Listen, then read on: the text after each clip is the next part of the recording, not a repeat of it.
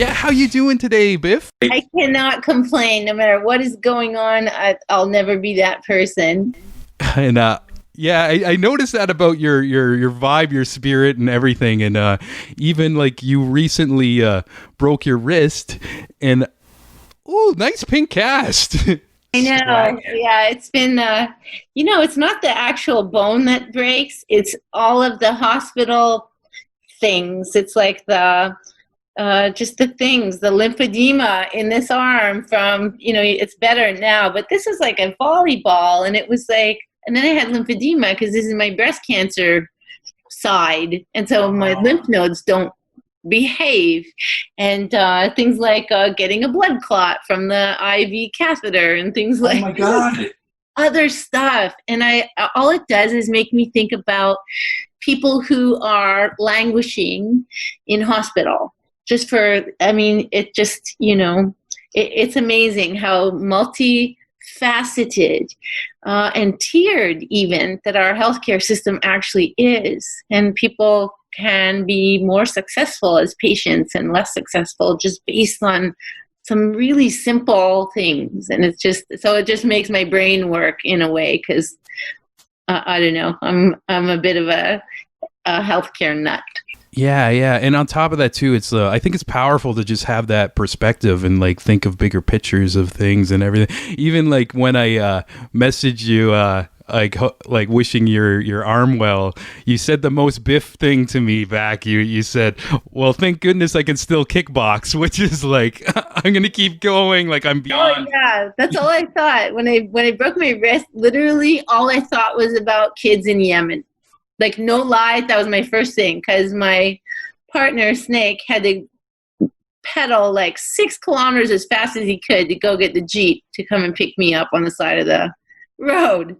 And the whole time I'm sitting there in the heat, holding my arm, I thought, I can't complain. Mm-hmm. People in this world do so much more than this every single day in a state of fear, and they are in shock, and there's like so many things. I can't complain, not for 1 second. And I find that even in emergency, whether it's the universe or God or whoever it is, put beside me a patient that broke wrist and opposite elbow. And I thought, I'm good. I am good. I cannot complain because we are always shown, a reason to have perspective and to be thankful. Yeah, for sure.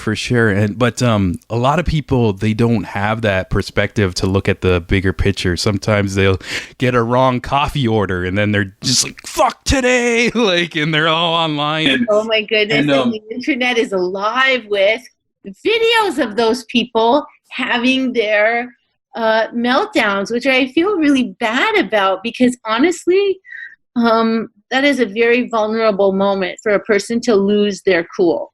Yeah. And most people think that's a person's true colors coming out, which perhaps it actually is, of course.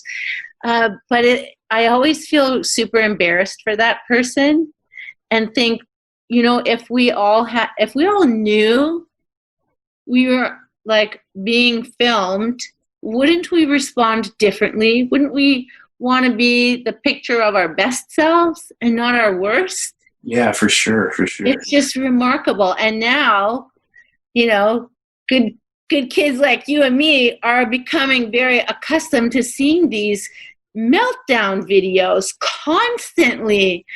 And it's just like, it's hard not to like lose faith just in people. Yeah, and for it's sure. like, is everyone like absolutely, like losing their cool all the time? Is this the majority of people? Like, what are we going to do if that's everybody in the whole world? It feels that way. It's like, yeah, I know you can't turn on your phone without seeing it too. And even like through this lockdown, I've been very introspective about things, just thinking about life, thinking about mortality, and even thinking about like the energy I intake in like thinking about like social media. And one reason why I wanted to have you on too is like you're such like a bright spark in the morning and everything, and just like to turn on my phone and one of the first things I see is like a beautiful poem from you, or just like your balcony view and like some inner thoughts.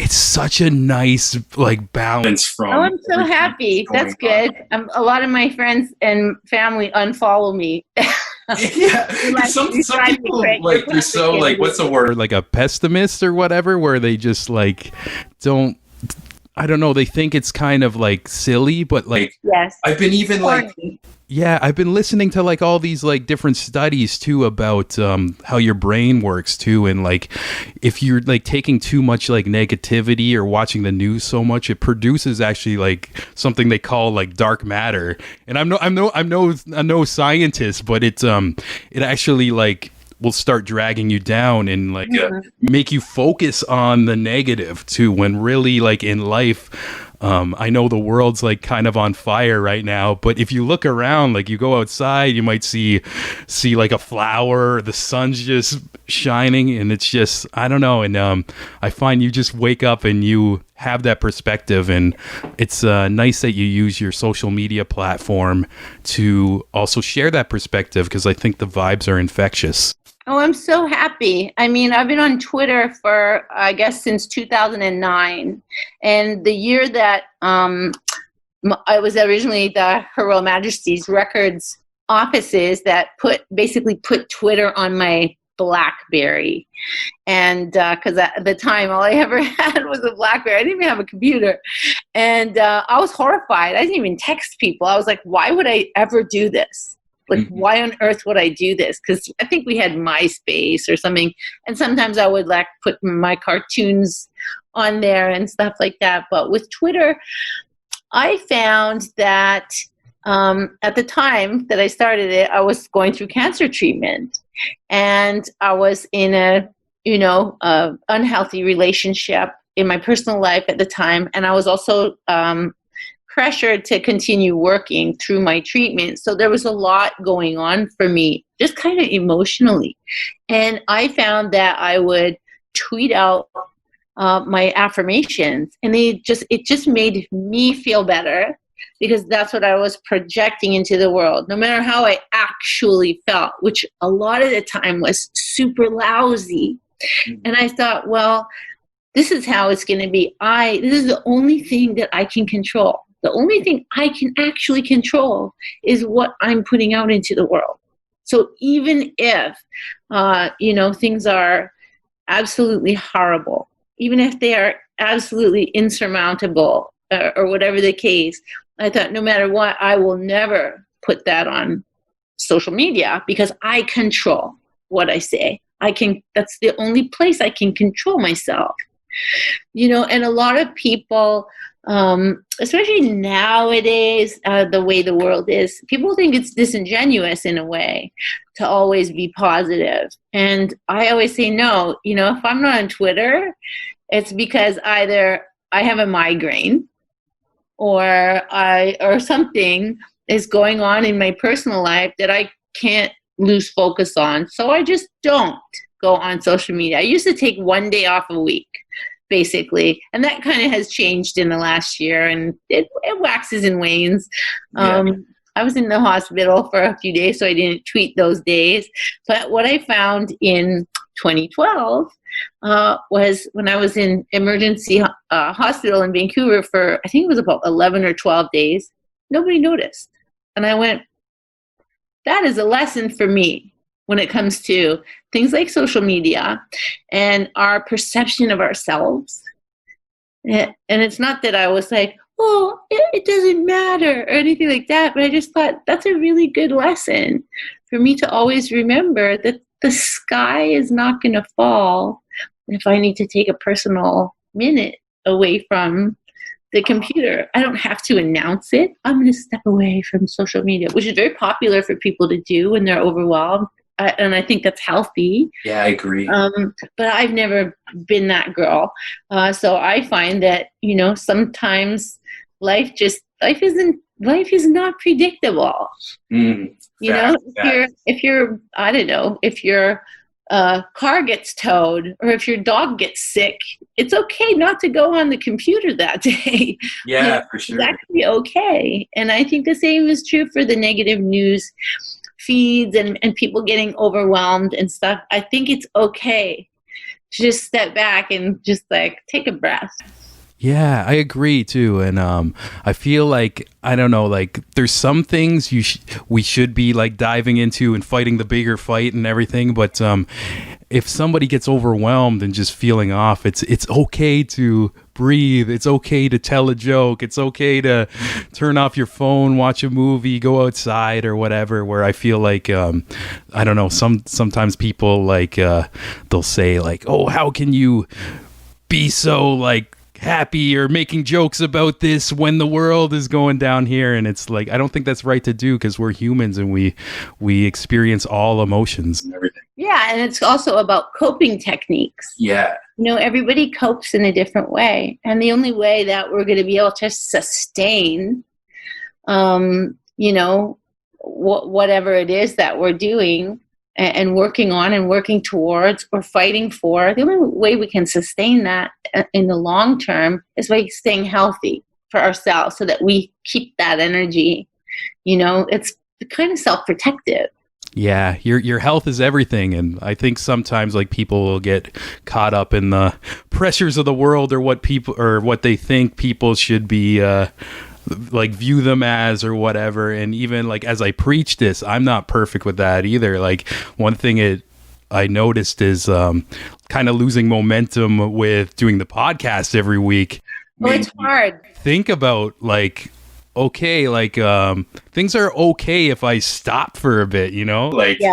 I just like, because you know, this is like kind of a smaller platform. I was like had some bigger opportunities in the reach, and I thought I would lose them, and now just months later, like they're still there. It's like, oh yeah, when the world pieces itself back together, like we can push forward and everything. Yeah, very interesting times. This year has been remarkable. I don't have another word to accurately describe all of the layers that 2020 is and still is becoming.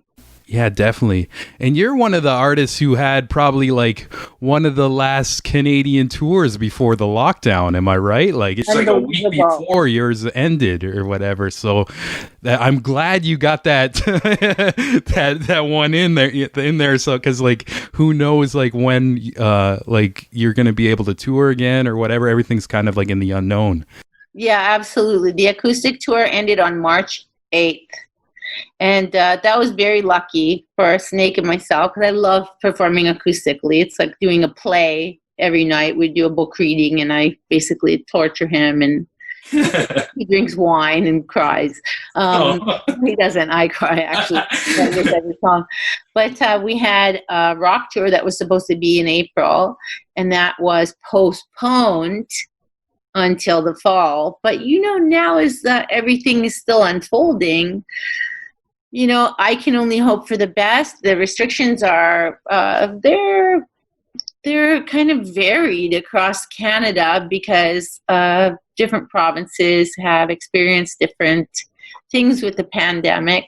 I'm very optimistic, of course, and I'm very hopeful, but at the same time, a lot of other tours are being postponed till next year. Yeah, so our fingers are crossed that the fall will still happen, but it's hard to say what it'll look like. Mm-hmm. Yeah, it's definitely like a one day at a time situation too. It definitely is. Yeah, it was cool. Like I was like kind of like feeling a burnout from like shows like around like February, March, and I wish I went out and saw one of your shows because like that's it. You know, like I didn't expect everything to get locked down. It's just like, oh yeah, I'll catch Bif with Buck Cherry, like or whatever. But yeah, like it seemed like an interesting, intimate tour as well. Like I guess you were telling stories along. Yeah, so what we do is we do a book. So I do my book reading, but there's so many, because all of my songs are basically autobiographical. Every story that I tell, some of which are they're kind of foundational stories in a way. I was a runaway and experienced a lot of misadventure, and a lot of that stuff I wrote songs about that wound up finding their way to my records. And so, I would read the story, talk about it, and then we'll play the song that goes with it, basically in an acoustic way, which is kind of hard to do because I always cry, and then I embarrass Snake, and then he goes, "Oh my God, you're crying again," and then the audience laughs, and then we always have a really good time, and the shows they're just great fun. I meet everyone after the show, and that's the other thing with being right before lockdown. I mean, I don't know, I did selfies with 200, 300 people a night for weeks. Because that's how we end the show. I meet everybody in the audience. I sign every single book. And, the new autograph is really a selfie with an artist. So, and that's very huggy. And I'm a hugger. And it takes a long time. And Snake is always like waiting. It's fun and it's what we do. And I can't believe that all of us in those venues and at the shows, I mean, by our tails on fire, we are unscathed as far as I know. We all made it before the pandemic really took hold of Canada. Yeah. I like how like personal you are with your fans and everything too. It's especially like even like not knowing like everything's gonna be locked down or whatever. For a lot of those people, that was probably their last concerts they've been going to, or they're ever gonna go to in a while, and to have that moment where they get to take a picture with you, an autograph or whatever. It's just it's a beautiful thing. You go the extra mile to connect with people. I hope so. But yeah, it's weird. Like, I don't know if there'll ever be a mosh pit again. Like, will that ever happen? I know, that's my shit too. It's like it'll be very weird and sad. And young kids that are growing up are gonna like look at us like we're old people going, I remember when we used to be able to do mosh pits and jump off the stage. Like, they won't be able to imagine that. Yeah, it's like it's gonna be just history. Hopefully not, But we'll see. It's just such unknown, and like I don't know. I feel like I can just keep talking about like what I don't know about it. But yeah, bless you, Bif, and like I love your shirt today too. Something wonderful is going to happen. Like the vibes keep. You gotta believe that it has to. It has to. I mean, even if it's a small thing, even if it's, my mother going for a walk in the morning by herself. She recovered from a broken hip all by herself. She doesn't even use a cane. And she's 82 years old. And, she's safe in her neighborhood. Bam, right there. I'm like, that's amazing. Actually, that is amazing. One of my best friends, his father is 103 this year. Wow. And his dad still lifts weights. That's so goes clang, clang, clang in his basement. And he's, I just think that as our generation gets older, we're having to learn about our parents getting older. Mm-hmm. And what that looks like. None of us have pensions. None of us have pensions. How are we going to be able to take care of our parents? So these things are super daunting as we keep getting older. And I just think we have to celebrate the little victories. We have to, because they're still victories, no matter how small they are. I feel you. And yeah, like you mentioned the pension thing too. And that's something I think about like all the time. Cause, especially myself, like living, like kind of like working in the arts and entertainment industry. Oh yeah. Like ebbs and flows, like in your early days, like a roller coaster in a way where it's like. It's in every day. It's not just early days, because Napster happened in 95. So, bands like us, even my band, like, it happened to everybody. And it's not that it's a big evil thing. Technology has been wonderful. But at the same time, unless we are in person, face to face, we do not get paid. Period. The end. Period. The end. So none of us have dental. Like, none of us have extended medical. None of us have pensions. All artists, I mean, across the board.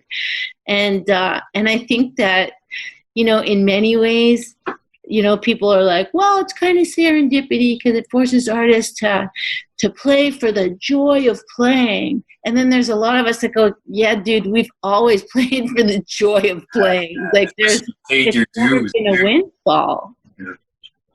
Yeah, it's a crazy perspective, especially like how like you're almost forced to like keep going out, and even like when you want to take a break, I don't know, bills gotta be hustle. Yeah, nonstop. I mean, none of I can't speak for other artists. I don't know what they do, but most of the artists that I know also have other careers. They have other jobs. Yeah, a lot of people don't see that too, and they just assume you just go on stage for an hour and then it's over. But no, there's so much. It's every day, and sometimes even more than a full-time job. 100%. And if you have family and kids on top of it, or sick dogs, or like anything, there's always something that happens or comes up. So, I mean, the arts definitely suffer for sure during the pandemic, but I think everything does. I mean, we assume that other people are able to make a living, because maybe they are on unemployment insurance, or maybe they get the CERB. But for people who live in poverty, who are not eligible for the CERB, for example, because they get other funding, which is already inadequate, man, I mean, the pandemic just like really sucks. Yeah. It sucks in a big way because it, of course, is, everyone's afraid for their very lives. But at the same time, it's like, how do we actually recover? Mm-hmm. I don't know. We have to. We'll see. Hopefully something good is about to happen, or wonderful. I believe that. I totally believe that. Mm-hmm.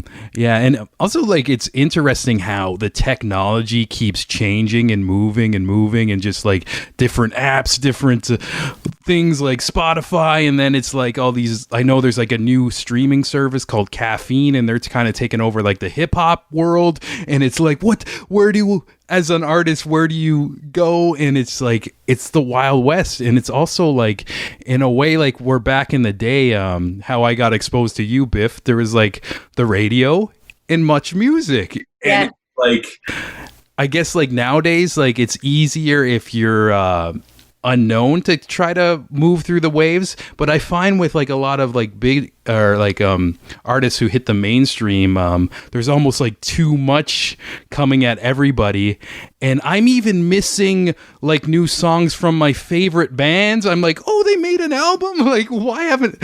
How old is this? Because they do it themselves. There's no. I mean, look at yesterday, right? Taylor Swift is like, oh, by the way, I'm going to put my record out. Everyone's like, oh, cool. I mean, and like literally, there you go. Yeah. And that's Taylor Swift. I mean, same with Drake last week, I don't know. I think in many ways it's really great because, yeah, artists can just put out content all the time, all they want. Yeah.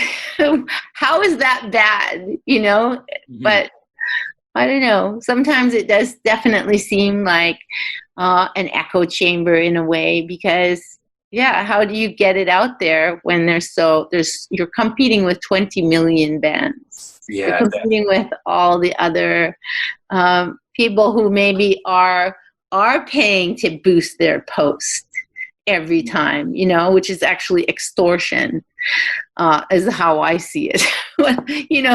There's a lot of tools people are able to use depending on what they have available to them. Yeah. But I think for up and coming unknown young artists, I think this is an amazing time to be an artist. It's an amazing time to be alive with technology because, back in the day, we had to rely on hoping to get on college radio or mainstream radio. And if you didn't, there was no other avenue. Yes, there was much music, but again, you hope that your video got played. If it didn't, all you can do is mail your handbills to the venue in the town you're going to go play and hope that somebody hands them out for you. Yeah. Whereas now you can just you can keep telling people about your shows or your music, or you can do Instagram Live, or you can do like, a lot of different things. So now it's easier in a way. Yeah, definitely. Yeah, like there's only so much TV time and radio time as well. And even for me to do something like this, it would have been like there's so many steps through middlemen and auditions and like just broadcasting, and you got to know a guy who knows a guy, where like just 4 years ago, I just decided, okay, I'm just going to do this. And maybe it's not perfect at first, but as you keep going and going and going and building, it's interesting. And I see bands doing that now, comedians, like all over the place across. Everybody. Absolutely. Because everybody, I mean, this is how we communicate, and more and more people are moving away from television. Maybe I just think that because I don't have one. But I think that people basically live on the internet half the time. And so, yeah, people want content. They want podcasts and shows and conversations, and they want to be able to eavesdrop and listen and learn. And, I think it's great. Yeah. And I want to mention too, just in case some people missed it, as we're talking about the infinite shuffle of art and music, you released a single this year called Jim, and a wicked video. I love this video so much, and I just want to hear your like take on maybe doing the video and everything, because it looked like just like, even though the song is very like serious and like kind of like a vengeful thing, it looked like it was a bunch of fun to actually make the video. You got to smash a bunch of shit and everything. But oh yeah, the video was very fun because we wanted to do it in reverse to tell the story of Jim, the villain. He's the villain in the song, basically. And the whole gist of the song, you could say any name for Jim, but the song is about betrayal and about catching someone betraying you and how that feels. And so, yeah, we got some things to smash in a photo studio, and we filmed it in reverse through the editing so that the story unfolded, where this villain is like, in this context, he's in the video context, not being faithful. And so, yeah, it was fun. It was only hard part was me actually having to throw a couple punches to Jim, who was played by. Yeah, I was going to mention that's your partner. So I didn't want to hit him. And Snake is like, I always make fun of him because he's a boxer that doesn't box. He's got a lot of fight training, and he's a natural boxer. And I always tease him and saying, you are, depriving this family of winning fights. I'm going to take you to the parking lot of Sobeys, and I'm going to get every guy in there to fight you for $20. You need to bring home the belt, Snake. Put it on the wall behind you. So I tease him all the time because he's a natural boxer. And of course, my, joy of MMA and of taekwondo and kickboxing and stuff is always fun, but I'm not very good at it because I don't like hitting people.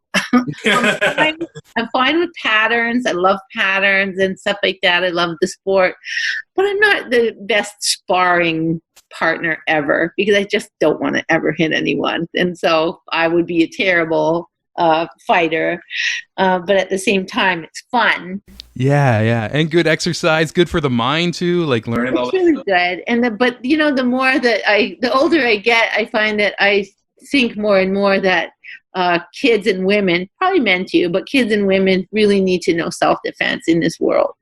Wherever you live, whatever your socioeconomic status, you need to have these skills, even just a day, a couple workshops, anything, just to have some tools to be safe in an unsafe world often. And even for myself, I just think, this is a good example where I think, okay, at least I can still kick, at least I can, if I had to, could I block, with my cast, it would hurt.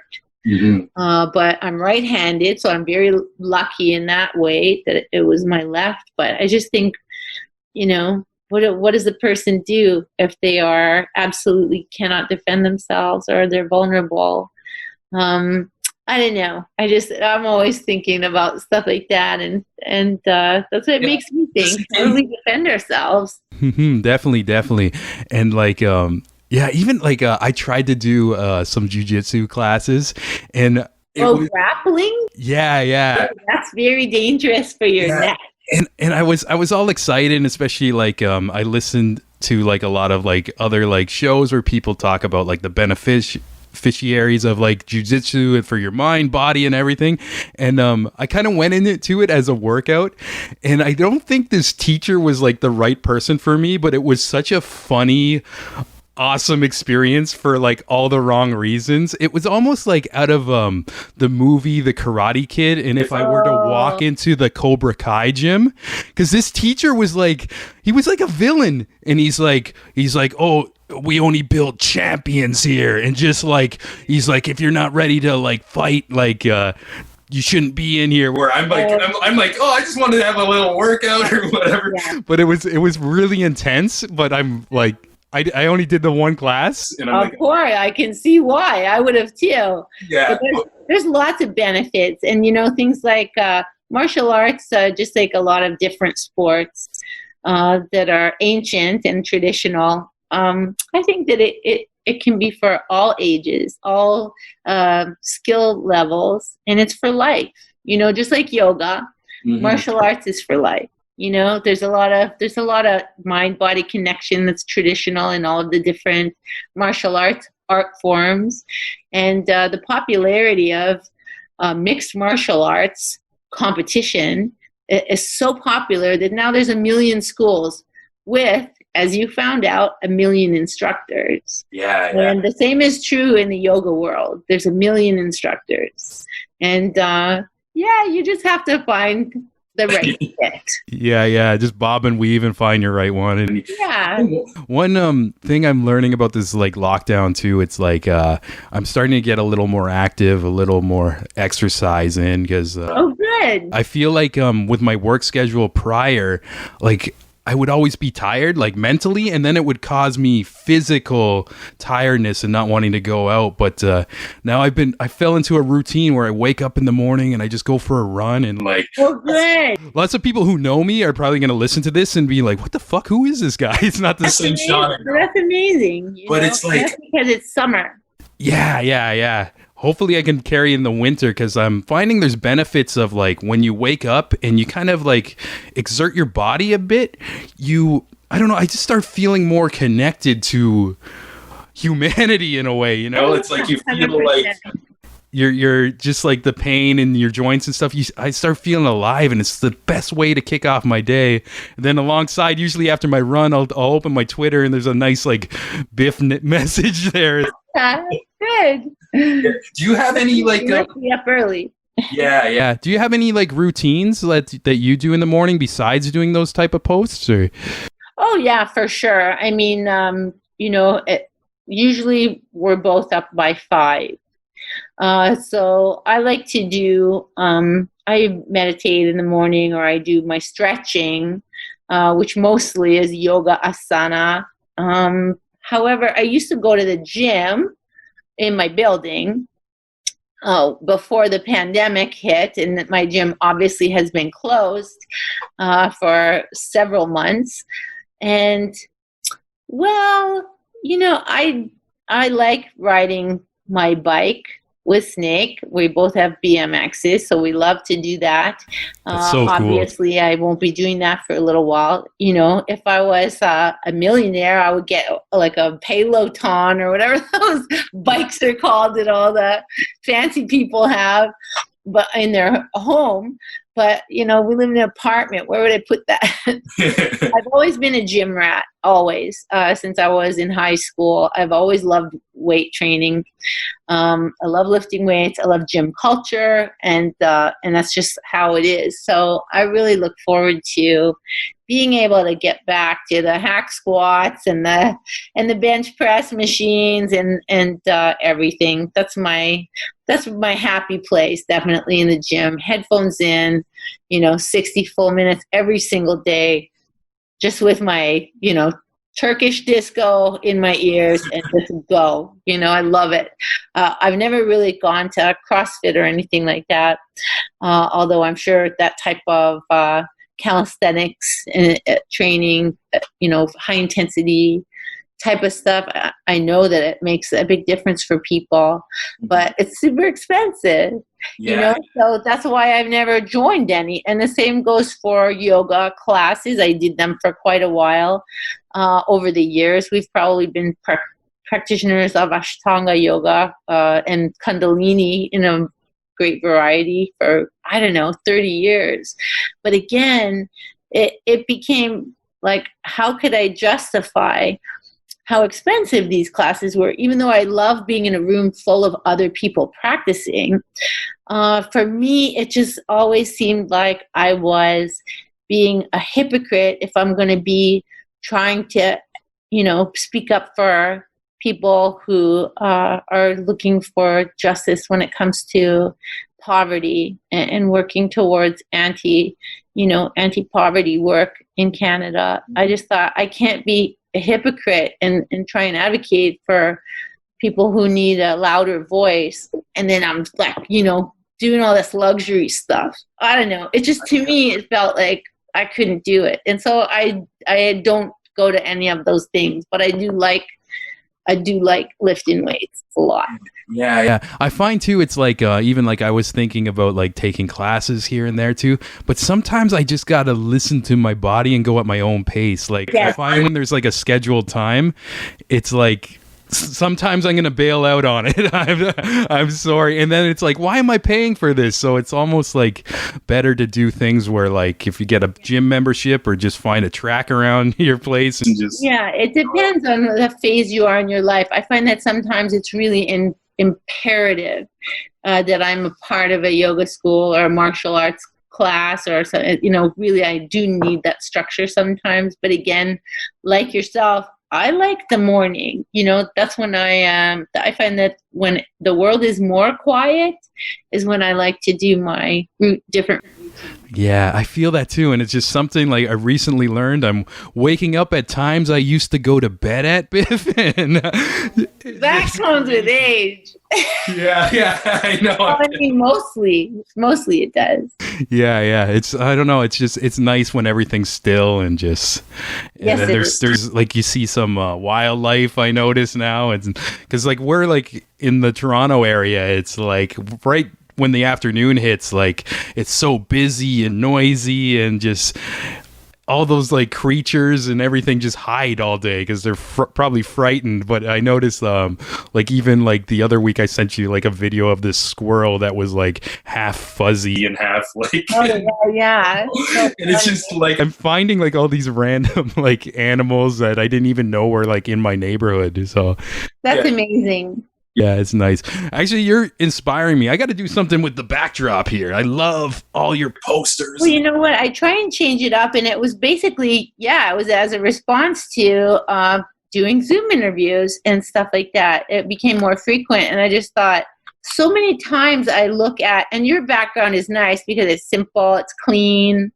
I don't own like fancy lights or anything like that. My manager always says, why don't you just order a ring light from Amazon? It looks great though. You're all right.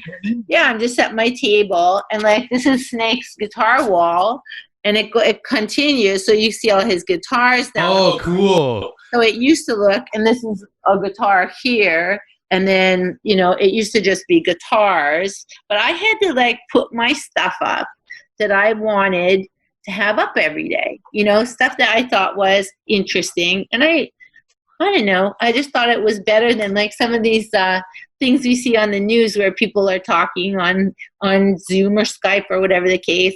And sometimes I just think, that's your closet. Yeah. Like, close the door. Like, close the closet door. What are you doing? Like, yeah, even I shifted myself so it's just blank. I have like random shit all over. Yeah, of course. Yeah, my table is always be like a mess. This is my hutch. It's all reading material. Oh yeah, that's what it looks like on the other side here too. Oh yeah, it's just like it's so messy. And then I clear it. Like I use the dining room table as my desk, basically, and I clear it at night when I make dinner. But yeah, it's funny and fun. Yeah, it looks like a cozy spot. Also, like I like the poster, the angry, fired up feminist. There's a This one. yeah, there's a band I need to share with you from the UK. I just interviewed them, and actually the bass player is originally from Canada, but she moved to the UK, and they're starting like this little like underground like chick punk like tiny like revolution in a way where What are they called? they're called Dream Nails. Dream Nails? Yeah. Oh, I love it. Basically what they do, they're just I kind of like compare like their spirit a bit to like System of a Down, where if you listen to their songs, they're very fun and like upbeat and aggressive. Awesome. There's an undertone of like a real serious messages in like a lot of their tunes. And Very they just cool. kind of got noticed by Tom Morello and just like On his label now. So yeah, they're just starting to get some momentum, and I interviewed them a few weeks ago too. So I'm going to send you some music. I think your vibes would match. Oh, cool. Yeah. I love it. Yeah, just Had to shout them out. I always like love like promoting like new and exciting things and everything. So yeah, well, what's on the docket for Bif for the rest of your day? Today, gosh, well, I'm going to go and pick up Snake in a little while. Just work. So I have a CBD brand that I'm a part of called Mona Lisa Healing. And so we're launching in the United States. And the last few weeks, we have just received our PETA certification for being a cruelty-free product and a vegan product, which is paramount to me. It was so important, and really excited about it. It's so different there than it is in Canada. Canada is frustrating. It's so weird. Canada's so weird because what they've done with the Cannabis Act, if you will, I'm just going to put it in a nutshell. It's not like totally accurate legal terms or anything, but basically CBD falls under the Cannabis Act. When, good kids like you and me know darn well it should be a food supplement, basically. And the Mona Lisa Healing CBD, of course, is THC free, like a lot of different CBD companies are. But, we still get lumped into the Cannabis Act, meaning that it's, a no-no, basically. So in America, the laws are different. Plain and simple. Everything's different there. Everything's different in the UK and in Europe. And so those are the markets that we're concentrating on because it's just, Canada has just been not very, not very nice bunnies is how I put it. They just, when it comes to CBD, they're just a little bit frustrating. That's interesting too, because it's so beneficial. Like you think like... It's very beneficial, and there's probably 10,000 companies in Canada working illegally, because of course it's under the Cannabis Act. So it's about licenses and all this other stuff, and it's just frustrating. But it's not a regulated industry, just like, I always compare it to like protein powders. This industry is not regulated, meaning there's not like the protein powder cops. They go into every health food store and check for sure if there's really 20 grams of hemp protein in that. Nobody's checking. Yeah. So everybody can be a liar, basically. And the same is true for CBD. Nobody's checking. Not really. They can't tell you for sure if it's organic. They can't tell you for sure if it's, got no THC. They can't tell you for sure if it's just olive oil that they're selling people, or as I like to say, snake oil. But so it's really interesting. Like it's an interesting community. And I've always been, even though I was straight edge, I was always interested in cannabis as a medical product. Basically, during cancer, I became aware of it because a lot of breast cancer ladies I was, in the hole with, if you will, were taking CBD, and they were utilizing cannabis to help mitigate their either anxieties or some of their symptoms. Again, like cannabis, like CBD, it works differently for a lot of different people. But they are making progress in medical marijuana now, and hopefully they will also start making more progress when it comes to CBD. So today I'm going to work with my Mona Lisa partners again on that, and it's always interesting. There's never a dull moment, that's for sure. Nice. I even noticed you got the picture of the Mona Lisa in the background there too. Yes, I do, and my fancy PETA certification. Beautiful. Yeah, and that's cool that you're doing this. I know, like, personally, a lot of friends of mine and even my mother, like, they've been taking CBD, and it's actually helping them greatly with so many different things. So it's so cool that you're doing that. And is there like a site or something we can follow up on? Like, oh, absolutely. You can look at MonaLisaHealing.com.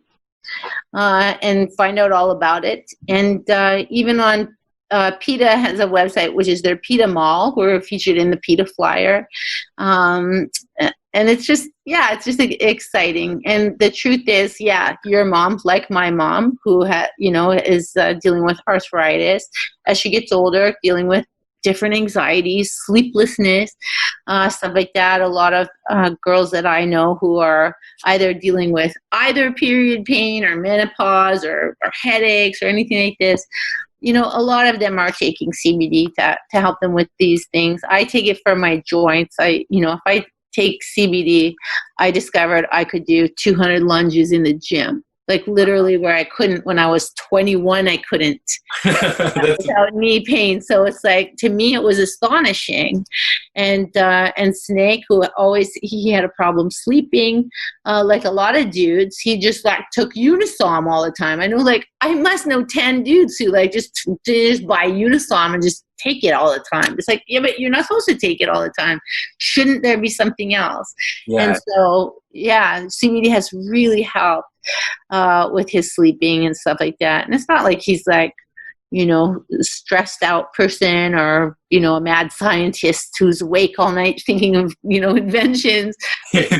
Sleeplessness happens because, we don't know what all the stressors we're taking in just from life, and sleeplessness can just happen anyway, just naturally, normally for human beings. So the CBD has definitely helped him with that. Yeah, definitely. I've been so curious about taking it too, and just like when I make the jump, I'm going to you, Bif. I trust you and just everything, and just like it's cool to hear even like the extra layers to have it, like you made it like a vegan product and everything, and just it was just important to me. And then we're just now launching a pet product, and it is a lot of vets are using CBD for their senior animals and stuff like that for same thing, joints. Animals get anxiety, just a number of things. Even topically, people use it. There's just, I don't know. There's lots of different health food crazes. I remember coconut oil was massive. MCT oil was, there's always going to be something that people are discovering that helps them, whatever it is. And for us, it's CBD. Yeah, that's cool to hear. And yeah, Bif, I want to thank you for taking the time to talk to me today. Anytime. I appreciate it so much. I see you. You're always supporting independent media and different businesses and everything, and it's just it's awesome. Like you're still true to your punk rock spirit. Like ride or die for the shit. Yeah. And yeah, even I also feel like as I'm relaunching this whole thing, and it's important to just have this vibe, It's like it's almost beyond words how I want to project the relaunch of the podcast too, and it's just an energy, And when I thought of you, it's just like I'm like, oh, this would be perfect to just kind of blast off again, It's almost, I'm digging for the words, but I can't, it's a feeling, Yeah, I like that though, and I like the fact that you said it's an energy. I'm like, keep that in mind, because I'm like, go get the domain name for that, because that's a really memorable saying. It's an energy. Okay. I'll stick with that too. And something wonderful is going to happen for everybody. That's right. Yeah. And once again, Bif, thank you.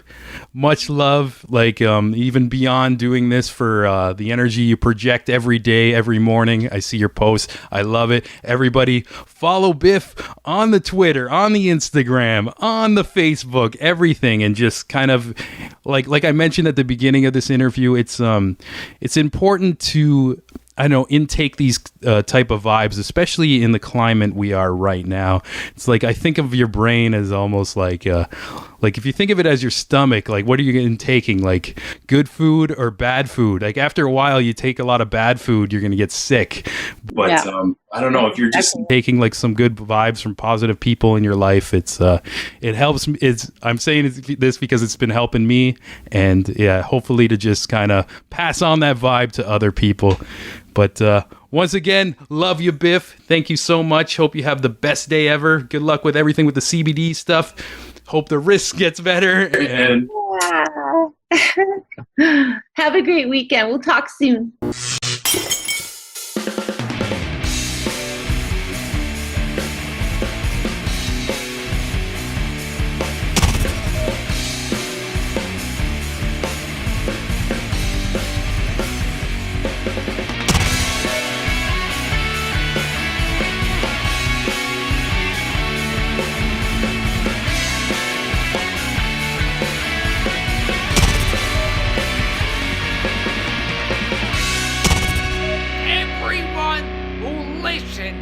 To the Creative Imbalance podcast can burn in hell.